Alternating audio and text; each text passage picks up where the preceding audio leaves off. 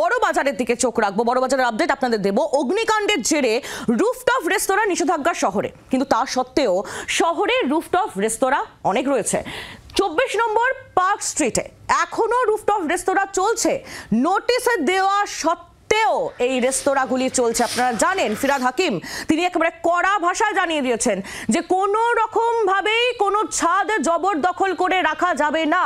শহর কলকাতায় আর কোনো রুফটপ রেস্তোরাঁ হবে না, এমনকি যদি কোনো রুফটপ রেস্তোরাঁ, যে রুফটপ রেস্তোরাঁগুলি রয়েছে সেগুলিকেও বন্ধ করে দিতে হবে। কিন্তু তা সত্ত্বেও এখনো পর্যন্ত পার্ক স্ট্রিটে রুফটপ রেস্তোরাঁ চলছে। আর সেই ছবি একেবারে এক্সক্লুসিভলি জি 24 ঘন্টায় আমরা তুলে ধরছি 24 নম্বর পার্ক স্ট্রিটের এই ছবি।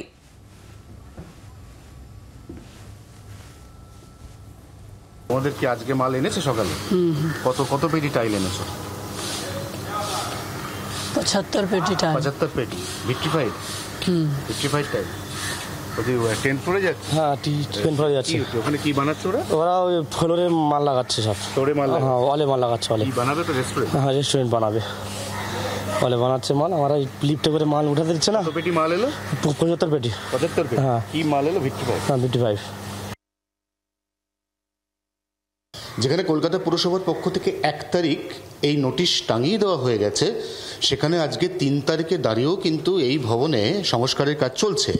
নির্মাণ কর্মীরা জি 24 ঘন্টার ক্যামেরার সামনে স্বীকার করছেন তারা নতুন করে এখানে নির্মাণ সামগ্রী 10 তলা অর্থাৎ 10th ফ্লোরে পৌঁছে দিচ্ছেন, কারণ সেখানে একটি রেস্তোরাঁ ঢালাও সংস্কারের কাজ চলছে। সবথেকে গুরুত্বপূর্ণ প্রশ্ন, লিফটে ওঠার আগে চতুর্দিকে যখন এই ধরনের নোটিশ টাঙিয়ে দেওয়া হয়েছে তখন কেন, কি কারণে সেই নোটিশকে সম্পূর্ণ অগ্রাহ্য করা হচ্ছে, সেই প্রশ্ন কিন্তু একই সঙ্গে উঠছে। জি 24 ঘন্টার জন্য ক্যামেরায় তরুণের সঙ্গে অয়ন, পার্ক স্ট্রিট, কলকাতা। বাংলার আওয়াজ, বাঙালির আবেগ, জি 24 ঘন্টা।